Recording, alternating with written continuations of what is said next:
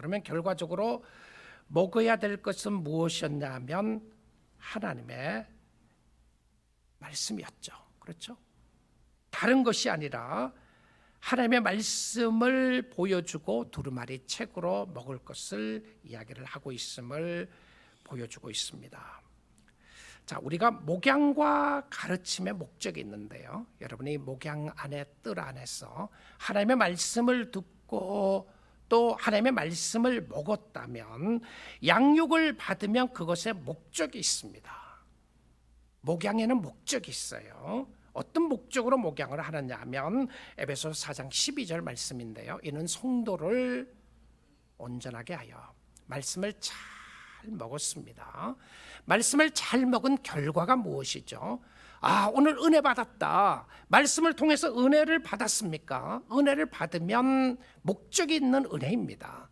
감동적으로 단순히 feeling이 여러분의 감정이 좋았다는 것으로 끝나는 것이 아니고요. 말씀을 먹음으로 말미암아 그 목적은 이는 성도를 온전하게 하여 여러분을 온전하게 세우고 봉사의 일을 하게 하며 그리스도의 몸을 세우려 함이라고 이야기를 합니다. 무슨 말이죠?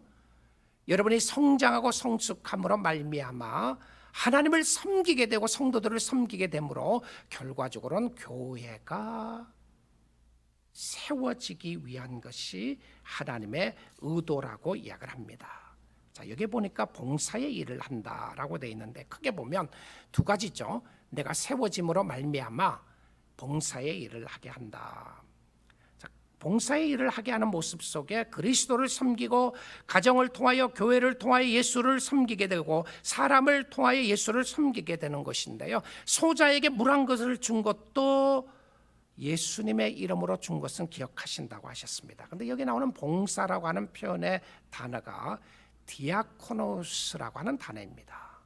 우리가 봉사라고 생각을 하면 그냥 교회 가서 봉사한다 그러면 교회 가서 일하는 거 생각하지 않나요? 일만을 생각하죠.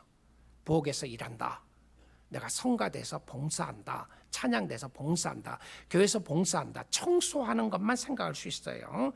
근데 여기 나오는 디아코노스라고 하는 표현은 디건이라고 하는 단어이고요, 일꾼이라고 하는 표현입니다. 섬긴다는 것인데 사람을 섬기는 것을 말하는 겁니다. 특별히 예수 그리스도의 이름으로 사람을 섬기는 것을 이야기하고요. 그런 말미암아 사람을 섬기는 것이 어떤 모습이죠? 그리스도의 몸을 세우는 겁니다. 여러분, 여러분의 섬김을 통하여 교회가 세워지면 잘하는 겁니다. 여러분의 섬김을 통하여 성도들이 세워지는 역할을 하는 것은 하나님이 기뻐하시는 것이고 잘하는 것인데 혹시 여러분의 섬김을 통해서 교회가 무너지나요? 내가 드러나게 되고 나의 자존심과 나의 아집과 나의 고집과 나 자신이 드러남으로 말미암아 교회가 무너지나요? 여러분 열심히 섬겼을지도 모릅니다. 그런데 여러분의 목적이 잘못되었습니다. 섬김의 진정한 목적은 하나님의 교회가 세워지는 것이었습니다. 교회를 세우기 위하여 봉사하고 헌신하고 섬기십시오. 누가 이 일을 해야 합니까? 누가요? 가르침을 받은 여러분들의 역할이 여기 있었습니다. 자, 그러면 어떻게 그리스도의 몸을 세우게 되죠? 에베소서 4장 16절에 보시면 그에게서 온 몸이 각 마디를 통하여 도움을 받음으로 연결되고 결합되어 각 지체의 분량대로 역사하여 그 몸을 자라게 하여 그리스도와 사랑 안에서 스스로 세우느니라. 어떻게 세우죠? 붙어 있음으로 스스로 세워지는 겁니다. 예수께 붙어 있게 되고요, 떨어지면 죽는 겁니다. 예수께로부터 떨어지면 여러분이 죽는 것인데요, 우리 모두가 예수 안에서 함께 세워지게 되고 성장을 해야 하는데 이 일은 여러분이 해야 하는 역할이었습니다. 그리스도의 몸을 세우고 봉사의 일을 하는 것은 누가 하는 것이죠? 성도들이 해야 할 일이에요.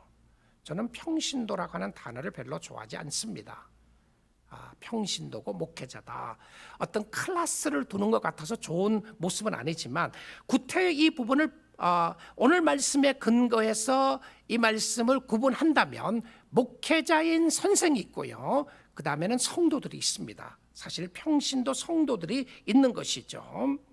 여러분들이 양육을 받고 훈련을 받아서 섬기는 일을 해야 하는데 머리만 커지는 것이 아니라 가슴이 뜨거워지면서 그리스도의 몸된 교회를 섬기는 겁니다. 여러분이 그리스도의 몸된 교회를 섬기기 위하여 해야 될 부분은 무엇이었냐면 여러분이 자라고 성장하는 것이죠. 그래서 하나님의 최종 목표는 성숙과 그 다음에 성장입니다. 여러분 말씀을 먹고 양육을 받아 성장하게 되는데 뒤를 돌아보십시오. 어느 날 멈추셨습니까? 신앙생활이 멈춰졌나요? 우리는 팬데믹이 지나면서 신앙생활 멈춘 사람들을 보게 됩니다. 예수 안에서 신앙생활 멈췄어요. 더 이상 교회를 가지 않고 더 이상 하나님을 찾지 않는 사람들을 보게 됩니다. 여러분의 신앙생활은 지금 어디 위치에 있게 되나요? 여러분 열심히 달려가고 있습니까? 아니면 멈춰져 있습니까? 아니면 뒷걸음질 하고 있으시나요? 교회는 참석을 하고 교회는 옴에도 불구하고 여러분의 마음속에 감동과 감화가 없습니까? 영적인 삶의 새로움이 없은 지가 오래되셨나요? 혹시 여러분 그런 생각을 하시나요? 이만하면 됐다. This is good enough. 이제는 내가 더 이상 할 것이 없다. 할 만큼 했다. 여러분 이 단어가 무서운 단어인 거 아세요? 성도들에게 할 만큼 했다. 할 만큼 했다고 하는 그 다음에 단어가 뭐죠? 포기하는 거죠. 신앙생활에 할 만큼 했다는 게 있겠습니까? 이것은 신앙의 무서운 영적 도전이고 신앙의 적입니다. 자신의 성숙함과 성장함을 멈추면 안 되는데 멈춰져 있는 모습은 없으시나요? 여러분 사람은 그 환경과 그 상황에 따라서 섬기는 분량이 달라질 수가 있습니다. 만약에 여러분이 리타이어 하셨으면 연세가 80, 90 되시는 분들은 이만큼 했다고 하는 의미가 성장과 성숙을 멈추는 것이 아니라 새로운 일을 해야 한다고 하면 좋은 이야기입니다. 어떤 분은 그렇게 말씀하세요. 목사님, 이젠 정말 제가 할 일이 아무것도 없습니다. 그러면 제가 이야기하는 것은 기도할 수 있잖아요. 영적 신앙생활에 멈추면 안 되는 것 아시잖아요. 여러분 물론 20대, 30대, 40대처럼 일하지 못할 수는 있습니다. 그럼에도 불구하고 여러분의 신앙에 멈추면 그것은 끝으로 달려가기가 쉬운 것을 보게 됩니다. 사도 바울은 말씀을 가르치며 목양하는 사람이었으나 말씀을 받아서 먹고 봉사하는 사람이나 다 동일한 목표가 있다고 이야기합니다. 제가 특별한 사람이 아닙니다. 여러분도 특별한 사람이 아니고 우리가 특별하다고 하는 것을 구태여 붙인다면 예수 그리스도를 믿기 때문에 다 특별한 사람들입니다. 저에게 특별함이 있다고 하면 하나님은 저에게 목사인 선생의 역할을 주셨고요. 저의 일은 하나님의 말씀이 하나님이 하나님 되시도록 말씀을 선포하고 선언하는 것입니다. 제가 기도하고 말씀을 준비하는 것은 이 시간은 저는 확신합니다.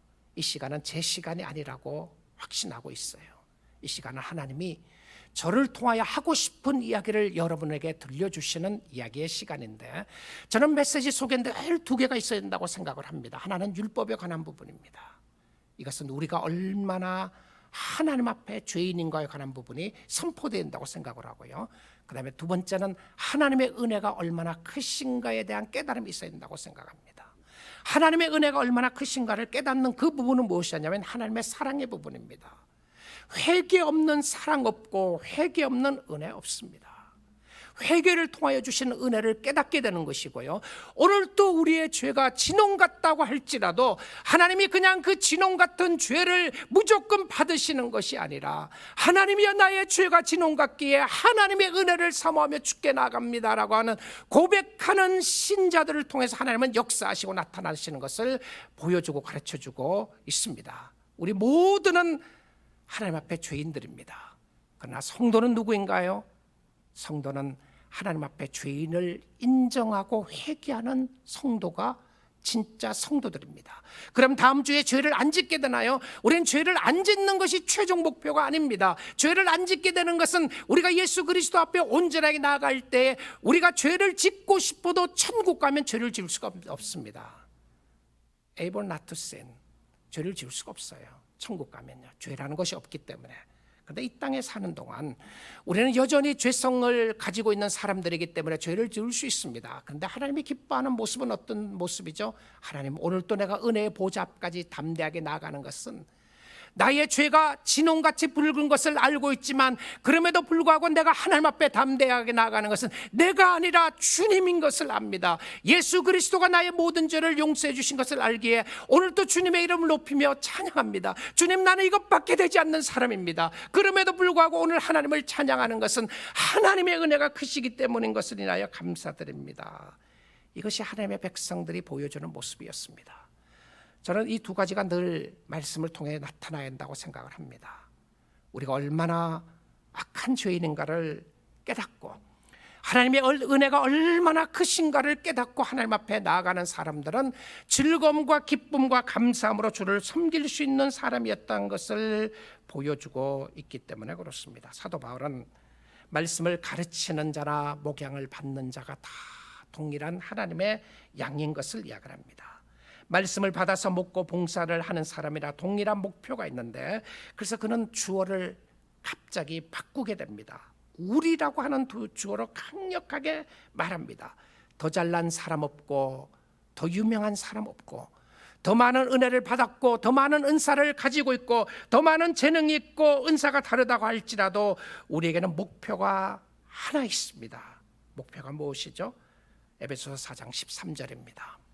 우리가 다 하나님의 아들을, 우리가 바울을 포함시켜서 하는 이야기입니다. 나도 나를 비롯해서 우리가 다 하나님의 아들을 믿는 것과 하나님의 아들을 믿는 것과 유니티가 어디에 있어야 되는 겁니까? 아는 일에 하나가 돼요.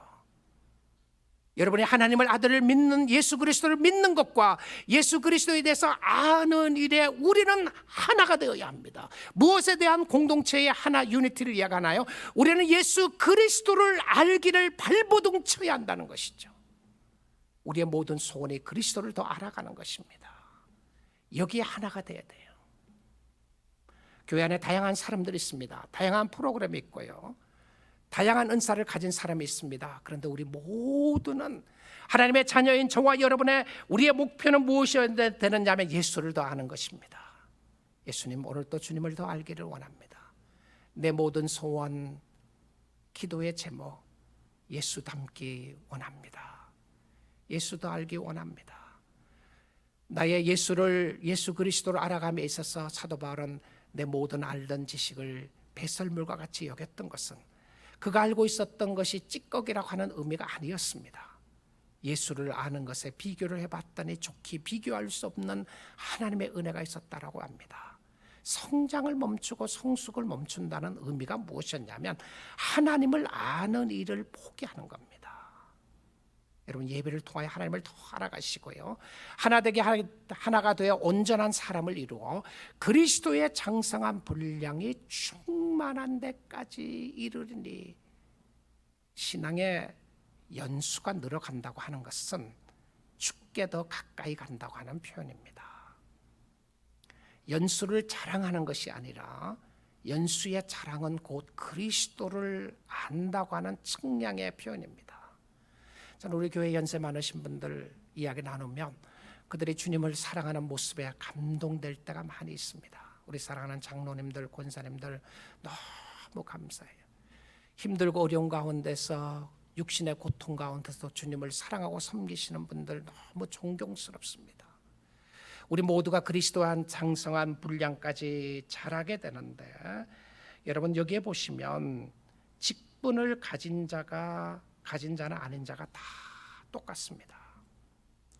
저는 오늘 또 확인하고 믿고 있는 것은 제가 천국 가면 목사라는 직책이 없어지는 것을 압니다. 하나님이 네가 목사로서 얼마나 잘했나, 그건 책임에 대한 부분에서 물을 거라고 생각을 합니다. 그러나 주님이 저에게 요구하시는 것은 목사의 직분을 잘했느냐고 묻는 것이 아니라 너가 얼마나 그리스도 안에서 성장했느냐 물을 거라고 생각합니다. 여러분, 주님 오시는 그날까지 우리의 목표는 다 같이 하나님을 알아가야 하고 하나님을 섬겨야 하는 것을 이야기를 하는데, 그리스도를 아는 것이 성숙한 일이었습니다. 왜 성장하고 성숙해야 하나요? 왜 그렇죠? 그렇지 않으면, 여러분, 성장하지 않고 성숙하지 않으면 여러분 넘어집니다. 넘어져요. 섰다고 할 때가 넘어질까 조심하라고 말하고 있는데요, 이만하면 됐다고 할 때가 넘어집니다. 신앙생활을 포기하면 넘어지고요, 봉사를 그만두면 넘어집니다. 우리가 다른 방법을 한번 생각해 보아야 합니다. 여러분, 남을 위하여 기도하는 것, 봉사하는 것 아닌가요? 기도 못하는 사람 있으시나요? 아프시기 때문에 기도 못하시나요? 여러분, 성경에서 신앙생활은 리타일이 없습니다. 다른 사역이 있을 뿐인데요, 넘어질까 조심하라고 경고의 말씀으로 오늘 본문 14절에 이렇게 말하고 있는 것을 보게 됩니다. 이는 우리가 이제부터 어린아이가 되지 아니하여.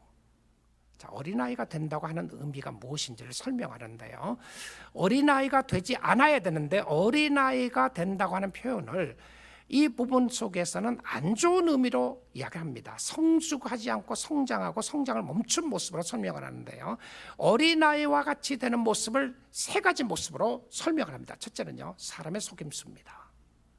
두 번째는 간사한 유혹이 있고요, 세 번째는 온갖 교훈의 풍조입니다. 온갖 교훈의 풍조.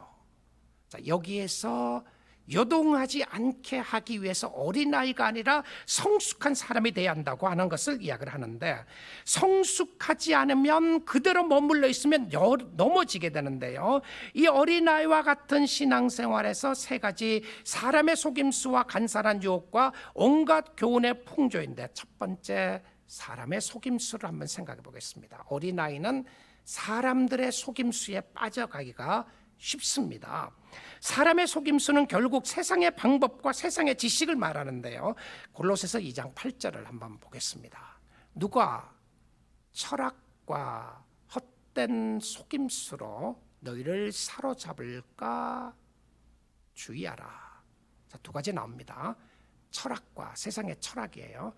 Philosophy of life, 이 땅에서 어떻게 살아야 된다고 하는 자기 나름대로의 철학입니다. 속임수, 그것을 가지고 속이는데, 너희를 사로잡을까, captive 할까 주의하라. 이것은 사람의 전통과 세상의 초등학문을 따름이요, 어린아이의 모습을 초등학문이라고 그래요. 그러면 세상의 철학과 속임수는 초등학문이고요, 그 초등학문은 그리스도를 따름이 아니라고 되어 있습니다. 세상에서 아무리 똑똑한 사람이라고 할지라도, 아무리 가진 것이 많은 사람이라고 할지라도 그의 생각이 세상에 사로잡혀 있으면 어린아이입니다. 여러분, 이런 생각을 해보셨나요? deceived라고 하는 표현이 속여받았다고 하는데, deceive by the knowledge, 여러분, 지적인 유혹을 생각해 보셨나요? 지적인 속아 넘어감, 지식의 유혹입니다. 오늘날 많은 세상 지식이 있습니다. 근데 그 지식의 유혹에 넘어가서 그리스도를 알지 못하는 경우가 있다는 것이죠. 세상에 속았습니다. 속은 것 중에 하나, 속는 것이 무엇이었냐면 돈에 속았다, 지식에 속임을 당했다. 여러분, 자신이 유혹에 빠지는 모습을 이야기를 했습니다. 두 번째는 간사한 유혹인데요, 본문에 다시 돌아가서 간사한 유혹을 보게 되면, 간사한 유혹은 누가 하느냐면 사단이 하는 겁니다. 사단이 간사한 유혹을 하게 되는데, 이 간사하다는 단어를 고린도전서에서는 이렇게 표현하고 있어요. 고린도전서 3장 18절 19절을 보겠습니다. 아무도 자신을 속이지 말라. 결국은요, 여러분, 다른 사람 블레임할 것 아무것도 없습니다. 신앙생활을 잘 못하거나 성숙하지 않는 것, 여러분 우리가 다른 사람을 블레임할 수 있는 여유가 없습니다. 결국은 자기 자신이 속는데요. Do not be deceived by yourself. 너 자신에게 속지 말라 이거예요. 너 자신을 속이지 말라. 자, 어떻게 하면 자신이 속아지나요? 너희 중에 누구든지 이 세상에서 지혜 있는 줄로 생각하거든, 내가 똑똑하다고 할 거 생각하는 것이 나를 속인 것이다, 이렇게 이야기해요. 세상적으로 내가 다 알고 있다, 세상적으로 똑똑하고 세상적으로 알게 있다, 세상적인 지식을 가지고 있는 사람은 어떻게 생각하라고요? 어리석은 자가 되라. 그러니까 그 똑똑함을 내려놓기 전에는 하나님을 믿을 수가 없는 거죠. 세상적인 지식에 속았습니다. 그리고 그 세상적인 지식은 꾸준히 지속적으로 성도의 마음을 속이려고 하고 있습니다. 하나님이 어디 있느냐, 이 시대에 예수가 어디 있다는 말이냐, 성령이 어디 있다는 말이냐, 없다. 지식적으로 말해봐라, 지식적으로 증명을 해봐라, 다 이런 이야기를 하는데요. 자, 근데 속는 거예요. 그런데 자기가 어리석은 자가 된다고 하는 표현은 그것이 아니라는 것을 자신이 확인해야, 그래야 지혜로운 자가 되리라. 지혜로운 자가 하나님을 아는 사람이죠. 그 다음에 19절입니다. 19절을 보시면 이 세상 지혜는 하나님께 어리석은 것이니, 잘 확인해서 보십시오. 세상 지혜는 하나님께 어리석은 것이니. 왜 그렇습니까? 세상 지혜로 하나님을 알 수가 없어요. 똑똑함으로 하나님을 아는 것이 아니라, 여러분 예수 그리스도를 만난 모든 사람들은 하나님의 은혜였다고 고백하는 것은 하나님의 특별한 계시로 알려주신 거예요.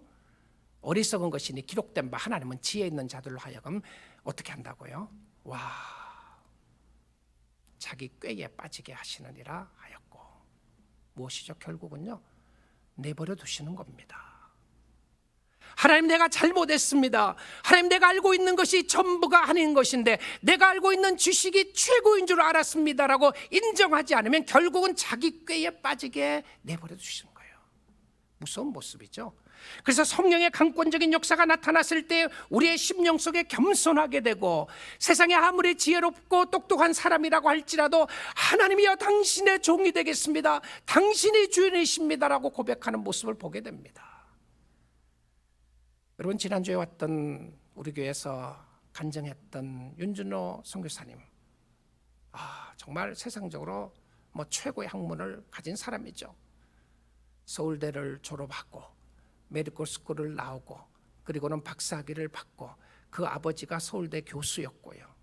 대단한 학문에 있는 사람이었습니다. 그런데 뭐예요? 겸손하게 주님의 벳세메스로 가는 소처럼 내가 당신에게 순종하겠습니다. That's amazing, isn't it? 놀라운 것이죠. 놀라운 고백입니다. 하나님 앞에 겸손하게 하나님의 은혜를 생각하게 되고 하나님 앞에 나가는 모습을 보게 되는데요. 자, 세 번째입니다.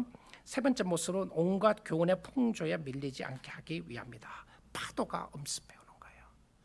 여러분의 신앙을 송두리째 앗아가기 위해서 파도가 치밀어 오는 것입니다. 온갖 세상의 풍조에 밀리지 않게 원합니다. 쓰나미가 오는 거예요. 신앙생활에 쓰나미가 온다고 생각해 보셨나요?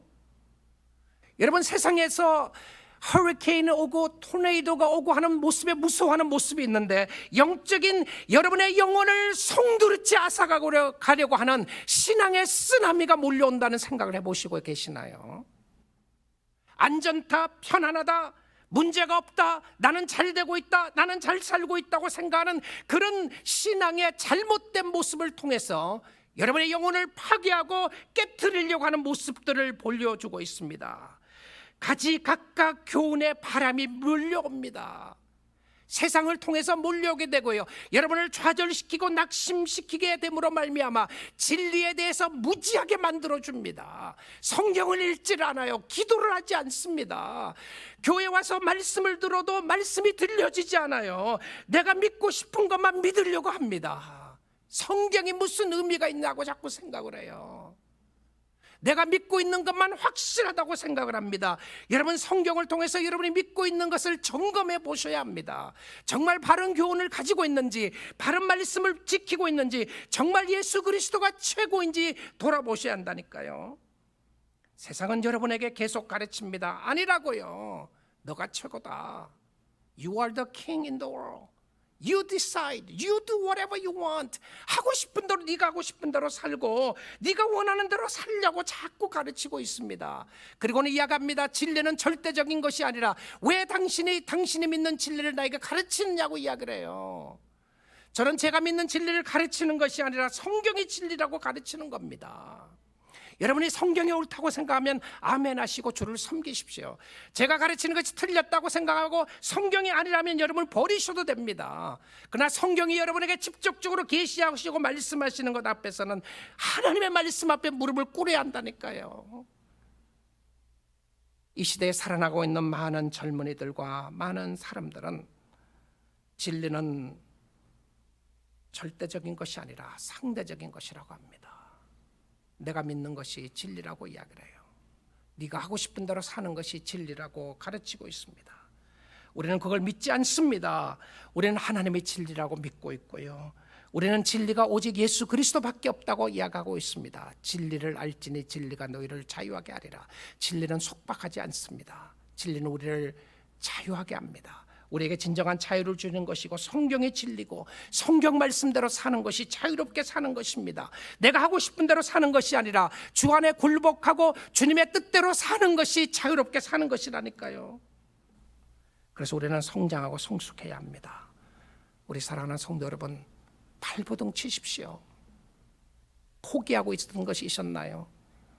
너무 세상에 따라가다가 세상의 풍조에 밀려서 그것이 전부라고 생각하고 혹시 살아가시나요? 여러분, 다시 신앙의 줄을 붙잡으시고 예수 붙잡으십시오. 하나님, 내가 잘못 생각하고 있었습니다. 내가 나만을 생각하고 있었는데 이제는 주님 붙잡고 살겠습니다. 여러분, 우리 연세 드신 분들 누구를 위해서 사시겠어요? 뭘 위해서 사시겠습니까? 좀 더 여행을 못 가셔서 가슴 아프시나요? 여러분, 주를 위해서 살아야 되지 않겠습니까? 예수 붙잡고 살아야 되지 않겠냐는 것이죠. 여호와를 앙망하는 자는 독수리의 날개침처럼 올라갈 것이라고 말하고 있습니다.